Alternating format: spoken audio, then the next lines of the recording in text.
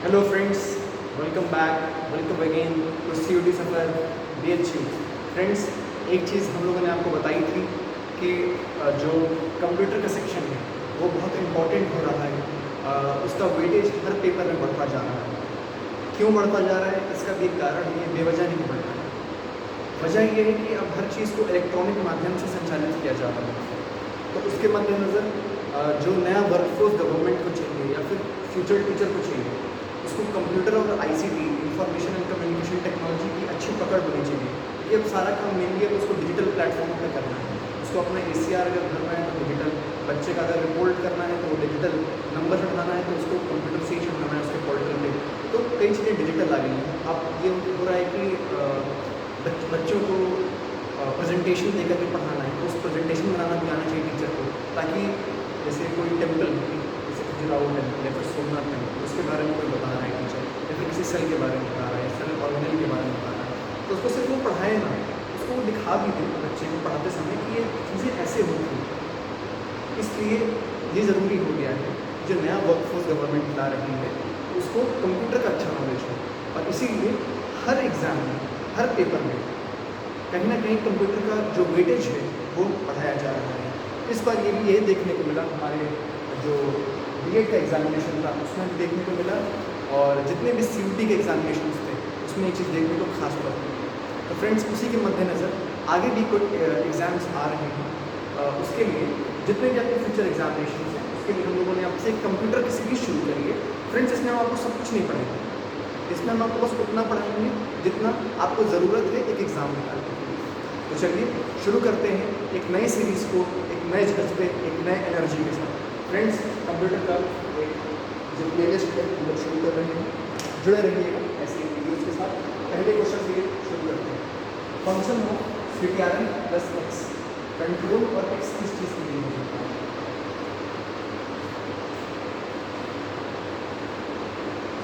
Friends, control plus x का use करा जाता है किसी भी चीज़ को कट करने के लिए, कट करने के लिए।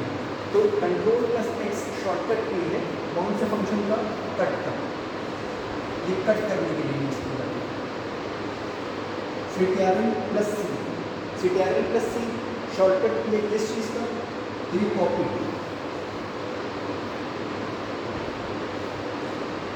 CTRL प्लस सी ये किसका शॉर्टकट की है? पेस्ट।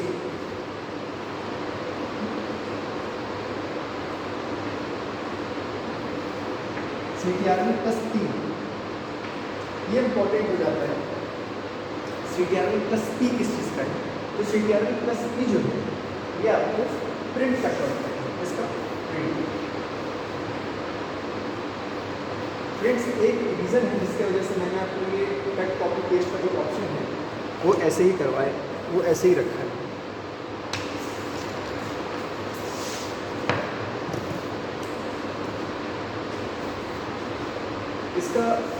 इसकी एक शॉर्टकट है, cut copy paste XCV।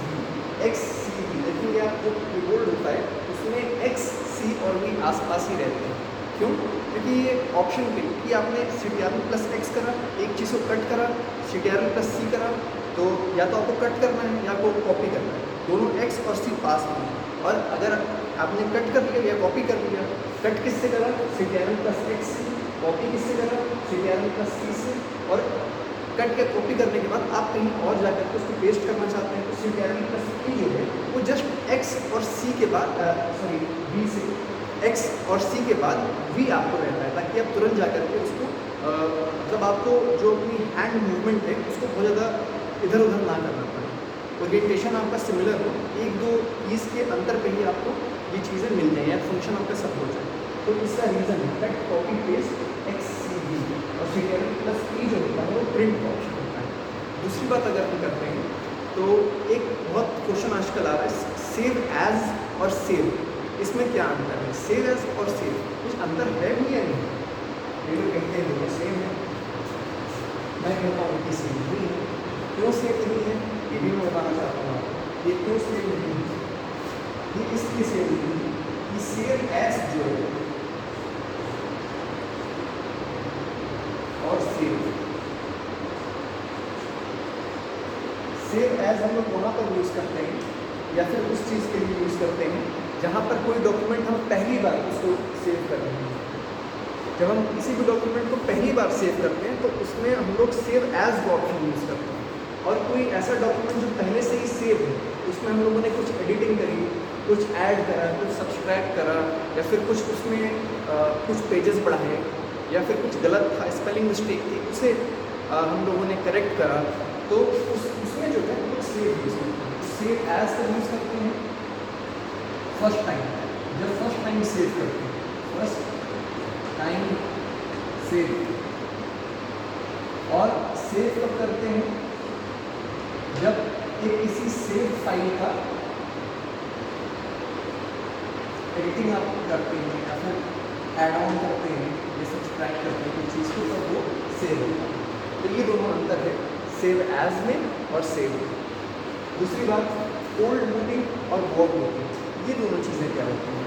Friends, ऐसे टेक्निकल टर्म्स आपको अब देखने को मिलेंगे। अब आपसे सिर्फ ये नहीं पूछा जाएगा कि CPU का फुल फॉर्म क्या होता है और UPS का फुल फॉर्म क्या होता है। इससे ज़माना आगे निकल चुका है, तो हमको भी ज़माने के साथ चलने की ज़रूरत है। आपको ये टेक्निकल टर्म्स अभी तो नहीं, जैसे हम लोगों ने क्या कहा था कि कंप्यूटर जो है वो धीरे धीरे उसका वेटेज है वो बढ़ेगा, वो बढ़ रहा है। और अब क्या होगा, अभी तो उन्होंने बेसिक क्वेश्चन ही पूछे, लेकिन अब जैसे जैसे एग्ज़ाम फॉरवर्ड होते जाएंगे तो क्वेश्चन रेपिटेशन पे नहीं बल्कि वो क्वालिटी पे फोकस करेंगे। क्वालिटी आपको तभी मिलेगी जब ऐसे आपको टेक्निकल टर्म्स पता रहेंगे, तो क्वेश्चन के जो स्टैंडर्ड है, जो उसका नॉर्म है, वो भी बढ़ता जाएगा। तो ये सब टर्म्स आपको जानना बहुत जरूरी है। ओल्ड बूटिंग क्या होती है फ्रेंड्स? जब किसी कंप्यूटर, जब कंप्यूटर ऑफ होता है और उसको हम लोग जब ऑन करते हैं, जब कोई कंप्यूटर ऑफ होता है उसे हम लोग ऑन करते हैं, तब हम लोग उसे कोल्ड बूटिंग कहते हैं। कोई कंप्यूटर जब ऑफ होता है उसे हम ऑन करते हैं तो उसे हम लोग कोल्ड बूटिंग कहते हैं। और वार्म बूटिंग क्या हुई कि भाई पहले से चल रहा है, उसे हम लोगों ने रीस्टार्ट कर दिया। तो रीस्टार्ट ऑप्शन जो होता है इनफैक्ट आपका restarting the computer, restarting the system आपने यूज किया। क्योंकि अगर आप अपना मोबाइल भी जो है रीस्टार्ट करते हैं तो that is an example of warm booting. वो वार्म बूटिंग का एग्जाम्पल। तो कोल्ड बूटिंग और वार्म बूटिंग आई होप आपको समझ में आया है। Important terms must remember, double star लगा दीजिए और लिख लीजिए, आएगा किसी ना किसी एग्जाम में आएगा। ये नहीं कह रहा कि इसी एग्जाम में आएगा उसी एग्जाम में आएगा, हो सकता है आगे किसी कम्पिटिटिव एग्जाम में आ जाए। ठीक है, तो कोल्ड बूटिंग क्या, कंप्यूटर ऑफ है आप उसे ऑन कर रहे हैं तो वो कोल्ड बूटिंग है। और वार्म बूटिंग है कि भाई फ़ोन चल रहा है, ऐसे अगर फ़ोन चल ही रहा है, थोड़ा बहुत वार्म है ही, उसको आपने फिर जो है रीस्टार्ट करके तो वो वार्म बूटिंग हो गई। कोल्ड बूटिंग है कि भाई ठंडा पड़ा था, ऑन किया, अरे वाह मज़ा आ गया, गर्मी है, तो वो क्या हो जाएगा कोल्ड बूटिंग। अगर हम ठंडी पड़ी हुई चीज़ को जब आप ऑन करेंगे तो वो कोल्ड बूटिंग। और भाई चलती हुई चीज़ को अगर आप रीस्टार्ट करेंगे तो वो क्या हो जाएगा, वार्म बूटिंग हो जाएगा। तो इन दोनों चीज़ को आपको याद रखना है। फुल फॉर्म्स आपको याद रखने ही पड़ेंगे फ्रेंड्स, इसमें कोई आपको कोई ऑप्शन नहीं है, आप इसको डिबेट नहीं कर सकते। DTS का मतलब क्या होता है, मैं इसको यहाँ लिख देता हूँ। DTS का मतलब होता है डेस्कटॉप सिस्टम। डेस्कटॉप सिस्टम को ही DTS सिस्टम कहते हैं। डेस्कटॉप सिस्टम, DTS मतलब डेस्कटॉप सिस्टम। दूसरा IP का मतलब होता है, इसका फुल फॉर्म में इधर लिखा है, जिसके लेफ्ट में इधर थोड़ा जगह कंस्ट्रेंट है। IP मतलब internet protocol. IP means internet protocol.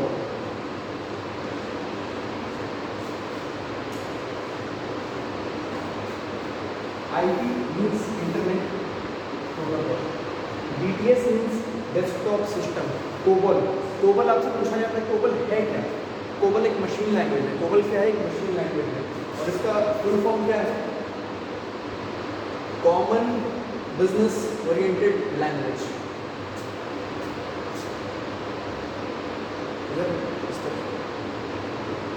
Common business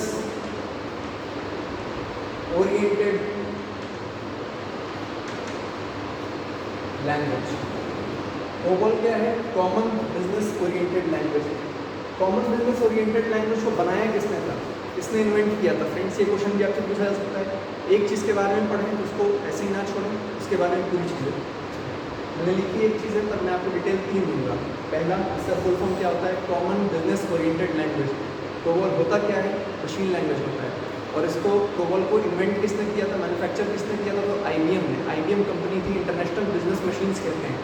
उसने कोबॉल का मैन्युफैक्चरिंग सिंथेसिस या डेवलप आप कह सकते हैं अच्छे लैंग्वेज में, जो कंप्यूटर की भाषा में स्वीकृत है, एक्सेप्टेबल है, डेवलप।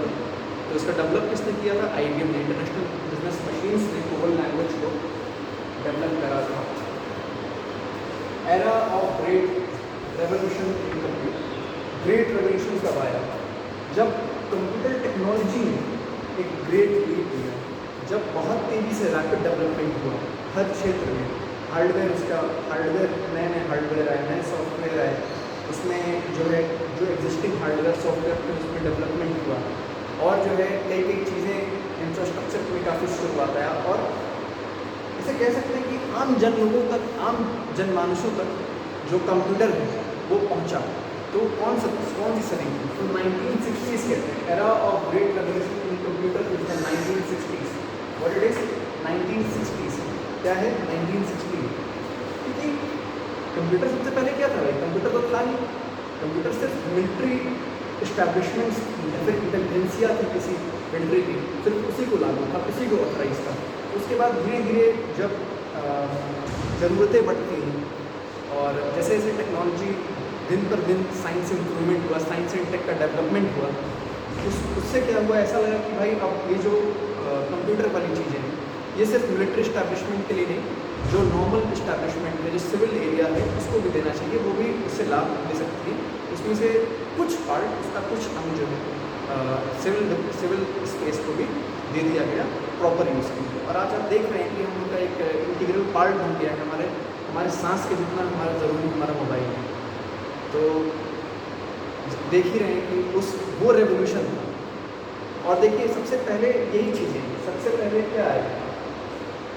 ये चीज़ें, कंप्यूटर आया, फिर उसी का मिनिएचर फॉर मोबाइल डेवलप हो गया, है ना। पहले सुपर कंप्यूटर्स कितने बड़े बड़े हुआ करते थे।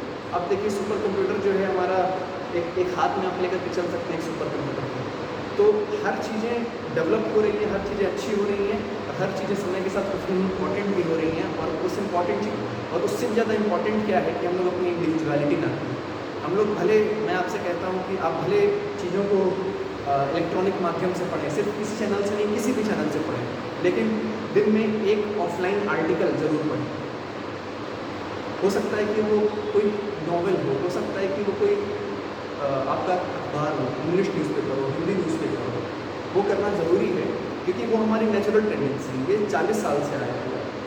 इसकी जो एडॉप्शन रेट है आपका दिमाग में, ये 40 साल में इतना तेज हमारा ह्यूमन इवॉल्विंग नेचर नहीं है कि ये तुरंत इवॉल्व कर जाएगा। हमारा जो बेसिक नेचर है वो न्यूज़पेपर पढ़ने का है, वो ऑफलाइन चीज़ें पढ़ने का है, क्योंकि उससे हमारा ग्रास्प भी ज़्यादा है। क्यों ज़्यादा है? क्योंकि हम लोग उसके लिए अडेप्टेड हैं, तो अपनी इंडिविजुअलिटी मेंटेन करके चलते हैं। बाकी क्रे क्या है? तो क्रे एक सुपर कंप्यूटर है। Cray is an example for super computer. Cray is an example of super computer. ऐसे ही पूछ लेगा आपसे, व्हाट इज क्रे? ऑप्शन दे देगा, सुपर कंप्यूटर, सेटेलाइट, और फिर आपको कह देगा कि ई व्हीकल, और ऐसे ही दे देगा आपको कोई एंटीवायरस। अब बताइए इसमें से क्या है? तो क्रे आप याद रखिए, क्रे एक सुपर कंप्यूटर है जो हमारे पास है, जो हम लोगों ने डेवलप किया था। Friends, I promise you and I assure you कि जब हम लोगों ने नए कंप्यूटर की सीरीज शुरू करी है, उसको नए आगाम तक ले जाएंगे, क्योंकि जो हमारा कह सकते हैं कोर सब्जेक्ट है। कोर सब्जेक्ट कहीं ना कहीं सभी को आता है थोड़ा बहुत, लेकिन जो डिफरेंस मेकिंग सब्जेक्ट है, जहाँ अंतर पैदा हो सकता है, वहाँ पे आपको आगे रहना है, सबसे आगे। सबसे अलग होने के लिए कुछ चीज़ें अलग आपको करनी पड़ेंगी, तो वो चीज़ें ये हैं। तो समय के साथ चलिए, आगे रहेंगे, नहीं तो BSNL की तरह और लावा की तरह कहीं ना कहीं पीछे रह जाएंगे समय। इस दुनिया में अगर एप्पल और आईफोन और रेडमी, MI और अलग अलग चीज़ों की तरह दौड़ना है, समय के साथ आपको चलना पड़ेगा। फ्रेंड्स, ये था आज का एक वीडियो। नया वीडियो जल्द ही आएगा। बाकी अपडेट्स आने वाली हैं बहुत ढेर सारी जो चल रही हैं एडमिशन से रिलेटेड। अनिरुद्ध सर वो आएंगे। मिलते हैं आपसे नेक्स्ट वीडियो में। कोई भी डाउट हो तो ज़रूर बताइए। सब्सक्राइब करके रखें चैनल को। तब तक के लिए टेक केयर, बाय बाय, जय हिंद।